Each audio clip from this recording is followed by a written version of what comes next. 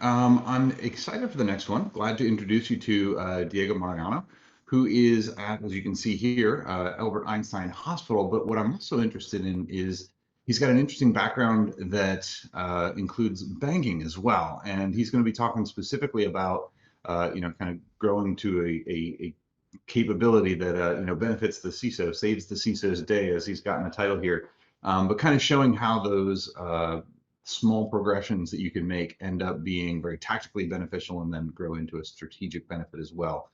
So that said, glad to have you here with us. He is actually coming to us from Sao Paulo, Brazil, which is pretty cool. I believe this is one of our first presenters from South America. We've had one or two that were in person last year, and I believe the year prior, but first one coming to us virtually from South America. But that said, Diego, welcome, and thanks for sharing your time and your findings with us. Yeah, thank you, Phil. So, my name is Diego Mariano. I'm from Brazil, and it's a pleasure for me to be here. Currently, I'm the Chief Security Officer at Albert Einstein Hospital. Albert Einstein is one of the biggest hospitals in the world with almost 20,000 employees. And working in the healthcare field is a new challenge for me. All my career was made on financial institution, and to make matters worse, I started working there only 6 months ago, exactly at the same time the global pandemic also gets started. So it has been crazy. During the pandemic, I advanced my studies of yoga, for example, playing Bansuri, is an Indian flute, and speaking Sanskrit, an ancient Indian language. So I challenged myself to use some Sanskrit terms in this talk. I'm sure you'll notice when a word in Sanskrit appears. And don't worry, I will not play Bansuri. The experience that I am going to share today happened at my former job at a huge financial institution, around 90,000 employees. At that time, I was a security engineer manager responsible for the Red Team vulnerability management program, application security operations, and also to create a new threat hunting team. We started this adventure with only one junior security engineer, and the main goal today is to share what we have learned on the hard way. Okay, let's go. What are our goals? So what I'm going to focus is more about people and process and just some important techniques. The intention here is not to bring new techniques, but new ways of dealing with process and people to implement these already known techniques. It is not about specific technology or tool or the most important, it is a viewpoint on how to fail fast and small. We are humans, right? So we are going to fail at some time. So let's fail fast, small, and learn with our failures. So how did we start?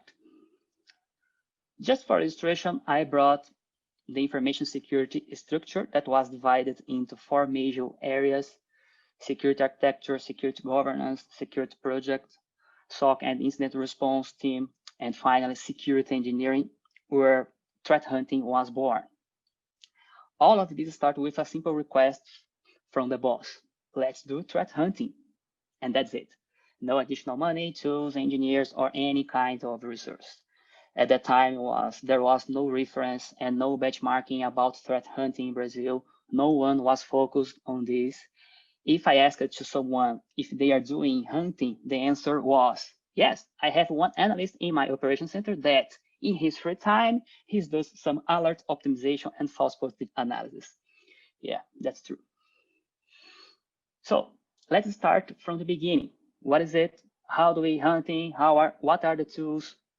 Where do we start? And the most important question is why? Why hunting? Why are we doing this? I'm emphasizing the why question because as soon you see in this talk, it is the most important question when dealing with people and building new teams.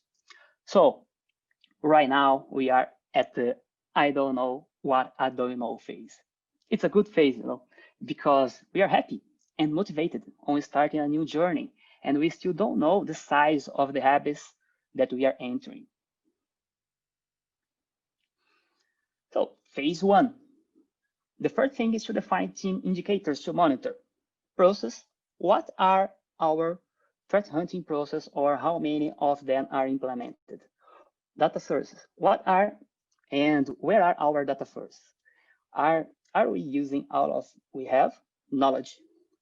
What do we have to learn and how much we know about that? Interaction with other teams. We are neither inside the Security Operations Center nor incident response team, so have to meet and talk with different people. Strategic influence. How much value are we generating to our company? How to quantify value? Confidence. How confident are we with this journey? So at phase one, we have nothing but confidence, a lot of confidence, I would say. So we start learning things. The phase one, we focus on learning what is and how to implement threat hunting. We learned all the great stuff about hunting loop, hunting maturity level, pyramid of pain, and so on. Some of these great research are now archived in David Bianco's site, threathunting.net. Squirrel was a threat hunting platform vendor at that time with an unusually strong focus on teaching the cybersecurity community about threat hunting best practice. They published some of are still foundational documents about threat hunting. When their website finally went offline, David Bianco mirrored the documents from their website. Okay. So activities. So how did we use the recent acquired knowledge?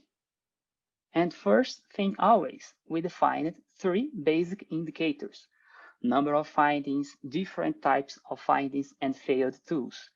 Because these 3 indicators reflect exactly the definition of threat hunting, right? What we found and which tools have failed. Second important thing, to implement use case hypothesis in an iterative and agile process. To fail small and learn fast, you must have a process that will help you accomplish this goal. The software engineering teams are already mature with agile process, and it works, right? So let's use it in our favor. The use cases we used are also from David Bianco's threat hunting project, and we found this phrase of Sergio Caltagirone saying that hunting is the most expensive and difficult threat intelligence endeavor. It's really scared us. But let's move on. And maybe, and you have noticed, I put here 2 Sanskrit words. The first one is titiksha, meaning the ability to absorb discomfort, and the other is tapas, meaning discipline. They are 2 fundamental skills for anyone who wants to build something from scratch. The ability to absorb discomfort and discipline to maintain the pace, especially in dark times. So, what did we find on phase 1? Actually, we really found something, and we were so excited about that because we thought that was an attacker, right? Look, right here, we are thinking about hunting works just like a funerary.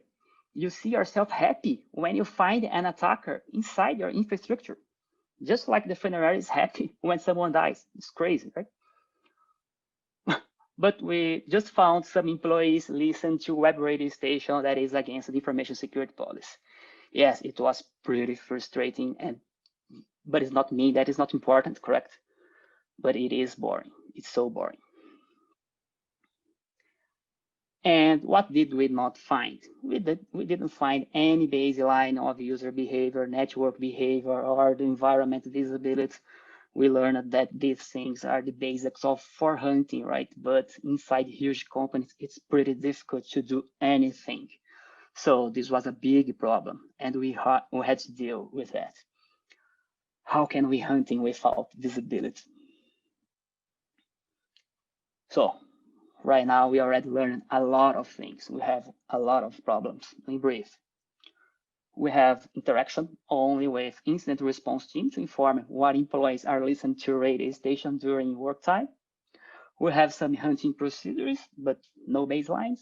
We only have access to 1 data source. Right now, the team is composed with 1 junior engineer and a part-time senior engineer, okay? And most important, what did we learn? We learned to understand our system. We must change it. We didn't find any baseline. We got just 1 data source. So let's be more aggressive and let's change the system. Good hypotheses require experience in the context. The reference material is really great, but you have to know yourself. How do I make it into a process for others to follow? Some ideas. Let's get closer to the security monitoring team. Let's review the rules that they already have.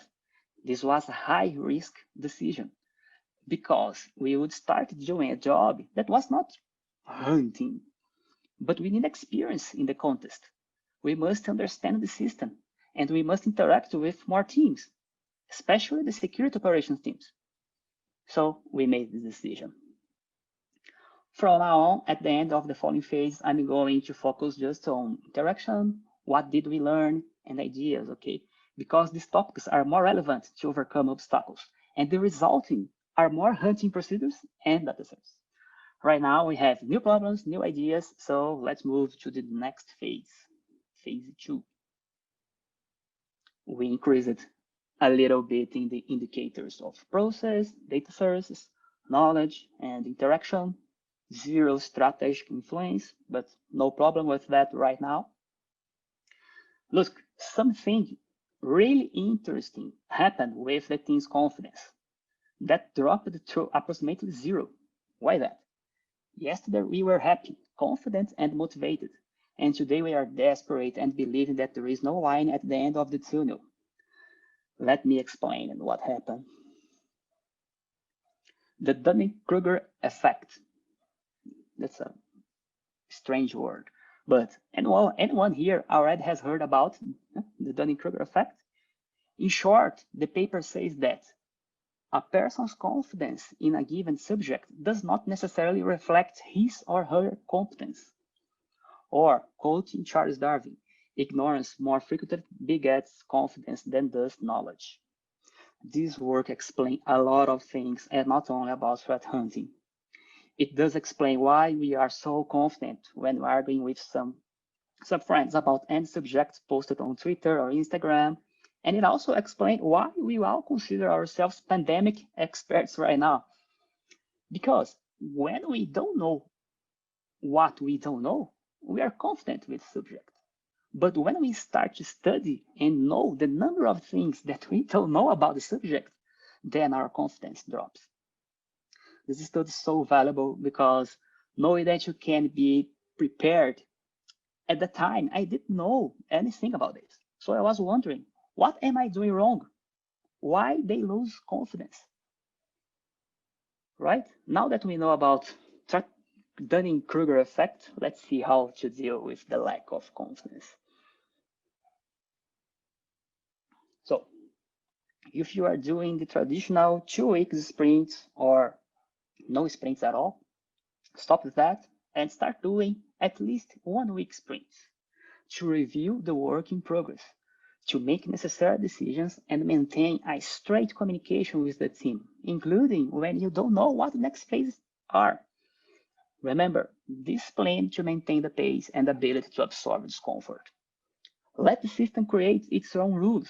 The word system here is about the system we are living inside the company, all the process that exists, the people and the culture. So do not want to define and control all the rules. Let the system create them. Let the team create them. Focus on the defined goals, why they are important, and what are the constraints, and not the rules for the team. The freedom to the team define its own rules is great, right? But it's not anarchy. That's why it's important to define the constraints, the boundary as far as the team can go. So, according to the Agile Manifesto, simplicity is the art of maximizing the amount of work not done. It's an incredible phrase. The best architectures, requirements, and designs emerge from self-organizing teams. So it could be the best hypothesis and hunting platform emerge from self-organizing teams, right? Why not? So let's start with phase 2. First thing, additional indicators and now more realistic indicators to monitor. Number of created rules, number of false positives, number of generated alerts. We continue with the same philosophy here, iterative process, discipline, and ability to absorb discomfort. we started working with security operations teams, reviewing existing rules. And let's try something new. Let's understand the TTPs of the meter attack. And learning about the meter attack, the team came up with an idea regarding environment visibility. Let's use the number of data service logs that we have access compared to the number of possible data services described on meter attack matrix to have something more concrete about visibility, where we are right now and where we should be. That was a great idea. So, prioritization of attack data source. This is a good reference about prioritization of attack data source from Meter Attack Home. 200 techniques required at least 2 data sources to analyze them. At phase 1, we had just 1 data source. With this strategy, the number of data sources we have access compared to the number of possible data sources, we can show in a concrete way the importance of more context and more visibility. So moving on, how to improve environment visibility. Along with this strategy, we also found something very useful, a talk from DerbyCon called Better Network Defense Through Threat Injection and Hunting. This is an excellent talk because it helped us to respond to the following questions. What's normal looks like? Where is our baseline? Where are we? To where we must go? I'm not going into details right here, but in short, this talk shows how threats are injected into the environment to enable the hunting team to improve their skill sets and validate the effectiveness of their security tooling. So we can use all the techniques of meter attack to show exactly how good or bad our threat hunting posture is and what the data sources, monitoring, or alerts we are missing. One more on improved environment visibility. Using threat injection technique, we could build a visibility level assessment, right? Which techniques with no detection and no logs at all, that have only local logs only centralized but not correlated, correlated logs but no alerts, generated alerts but no incident response, and finally, assess incident response. This was a great step regarding visibility. On phase 1, we had almost nothing, just proxy data. And now we had a framework to deal with our main problem, the lack of visibility. So just finish phase 2. Now we have also interaction with the security operations team by reviewing rules. We already have some baselines. Right now, the team was composed of 1 junior engineer, 1 trainee, and a part-time senior engineer. What did we learn? Environment visibility through meter data source, security monitoring and incident response teams visibility assessment, review rules and alerts really sucks. It was not cool, but was a fundamental task, as we will see ahead. We are not red team. We are doing threat injection with meter attack techniques, but we are limited by our own skills of blue team, right? Hunting demands operational tasks. As long as you produce new hypotheses, we have to take care of the old ones and also deal with false positives and so on. Some new ideas. What if we get closer to the red team to help us on threat injection? Let's show them the concept of atomic red team. Can we delegate the operational tasks? Just a question that arose. I will talk about it later. So yeah, maybe there is light at the end of the tunnel, but we don't know yet if it is a train or not. Right now, we have some considerable advance in process, data source, knowledge, interaction. And look, we already have some strategic influence, but because right now we can tell what the maturity levels of the security operations and incident response teams are. And what about confidence? We regained some confidence because now the boss have some reason to listen to us and we can ask for what we need. And we ask for the part-time senior engineer to be a full-time hunting engineer.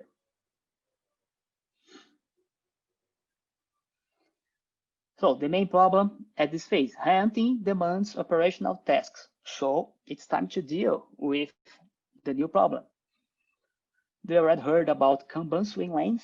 It's a simple and yet powerful tool to deal with different kinds of tasks, including operational tasks. But attention here, because the Kanban must reflect your process and not the other way around. You must not adapt your daily process to the to-do, doing, done traditional bird. This is subtle, but very important to remember. In our case, we define 5 swim lanes with the respective efforts on each one. Working platform with a time dedicated to evolving our working platform, new hypothesis, SOC rules review. Yes, we started this, now we must finish this rules review. Hunting operations, this is the only swim lane that is not as predictable as the others, right? Because you don't know in advance what will be the numbers of generated alerts of your hunting rules already in production. So you have to define and allocate some time to do this activity and then monitor if you were right or not. Remember, these sprints are only 1 week long, so you can deal with this. Pay attention. If the hunting operations are consuming more than 50% of your time, you have to review your false positive rates. Threat intelligence. With one more security engineer intern, we started doing threat intelligence. So we allocated some time for that. Let's continue on hunting demands operational tasks. How can we be better on the following statement? Hunt once, then automate. It's a common phrase right now, but how can we be better? Let's use the pyramid of value. We already know the pyramid of pain, and if you already heard about lean startup concept, then you know about the minimum viable product. To be better on hunt once then automate, we must follow the pyramid of value to build the hunting rules that work as planned, available and reliable. I can use it without difficulty. It's convenient, delight to share. It has personal meaning. You talk about the hypothesis you built to your friends. You are proud about that. So at this time, the hypothesis or rule is ready to share. Hey, let's share with the monitoring team. And from now on, they are responsible for that. Why not?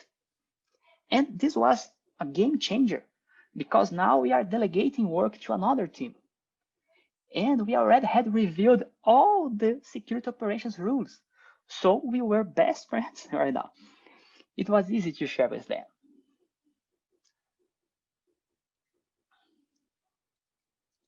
Yeah, so now, after phase 2, we are ready to start phase 3. First things first, indicators. Number of tested techniques, environment, visibility, SOC and incident response team visibility by each meter attack technique. Visibility was the word at this time. Finally, at this point, we were generating work into another team. The automated hunting rules were sent to the monitoring team. This phase, we focused on working together with the Ready team. I don't know if you remember, but the Ready team and threat hunting team had the same manager, and that was a good thing to influence the Ready team to share its secrets. It's so difficult to do that.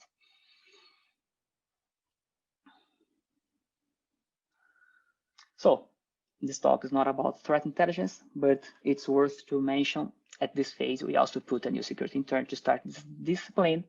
At this time, the whole team was composed by 4 security engineers focused on hunting and threat intelligence to help us to answer some questions regarding external intelligence and how to correlate with this internal intelligence we were already building on past phase. Visibility action plan. So at this time, with the threat injection in progress, we could define action plan for each type of finding. For example, for no detection at all, maybe we need to buy new tools or activated new operational system events or even new network package capture. For just local logs, let's send the logs to the scene or create local rules.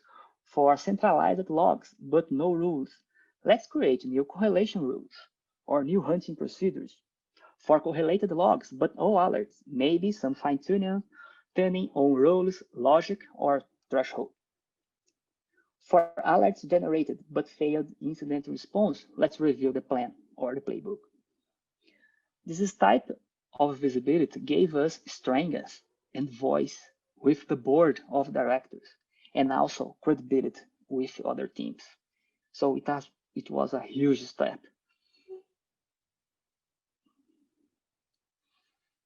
We are finishing phase 3, and to summarize, we built great interaction with red team and also with cybersecurity project team, because the defined action plan that I just mentioned on the slide before. We are growing on hunting procedures and data sources.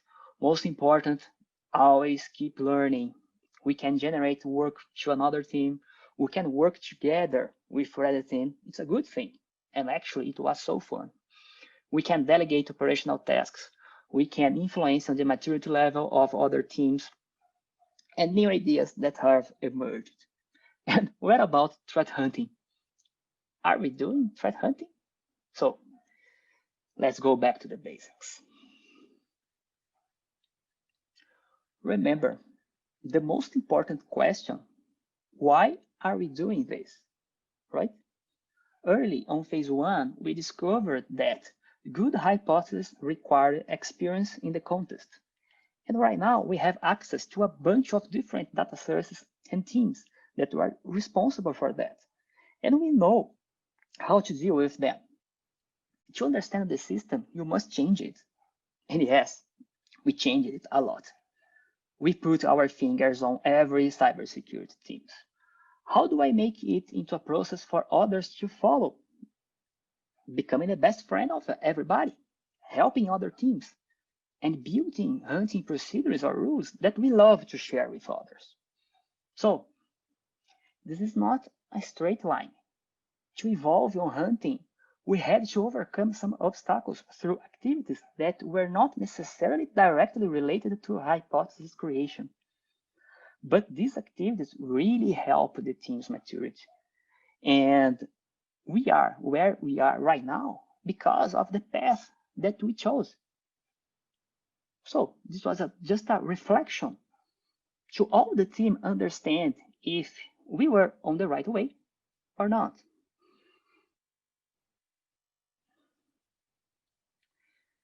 So let's move on. Phase 4, indicators. Finally, we discovered it is not a train, and we regained the confidence with a lot of effort. As you can see, we did great steps on every area at this phase. Attention to the confidence number. It is a good number, but it's not 10.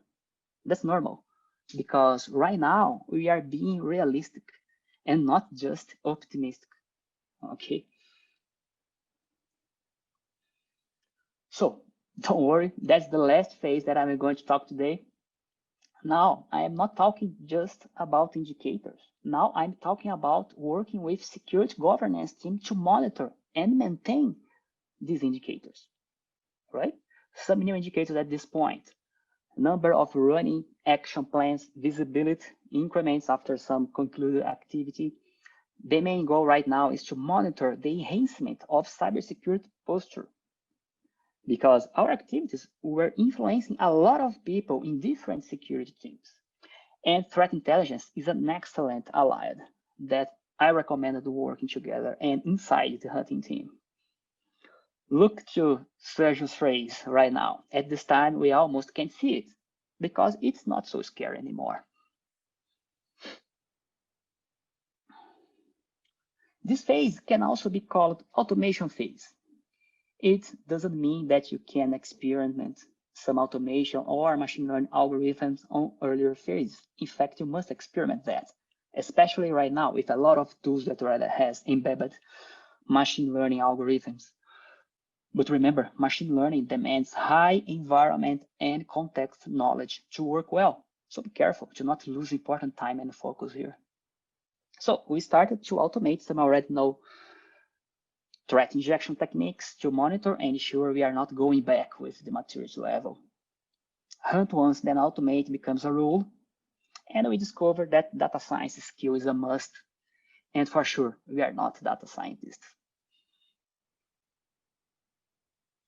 So we realize that this is an endless work, and we must be on a continuous learning cycle.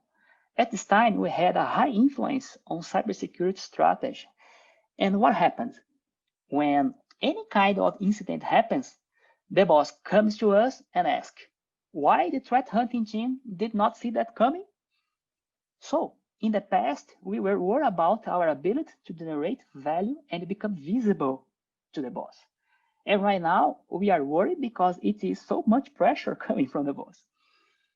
We are always evolving, and high technical skills or high maturity level does not necessarily mean we are happy and motivated.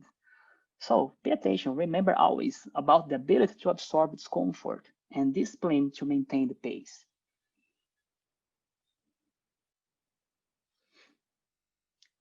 To summarize, I would like to introduce a simple framework of learning cycles. Everything that I talked here was my way to pass through the problems. Each one has its own way, but for any kind of word, do not forget these 4 things. Cybersecurity is done through people, process built by people, and not only tools and techniques. Define your methodology together with the team, preferably using the fail, small, and fast mindset. Every engineer needs a platform to work, so you must guarantee they have time to build it. Communication and interaction inside and outside the team. Threat hunting doesn't exist in a vacuum. It will thrive when shared and distributed.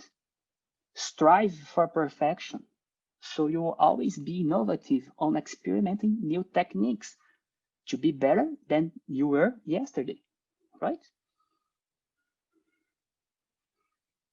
So, according to the Art of War, Sun Tzu, if you know the enemy and know yourself, you need not fear the result of 100 battles. If you know yourself, but not the enemy, or if you know the enemy, but not know yourself, for every victory gained, you will also suffer a defeat. If you know neither the enemy nor yourself, you will succumb in every battle. Thank you so much. It's a great pleasure to be here. Feel free to ask any question.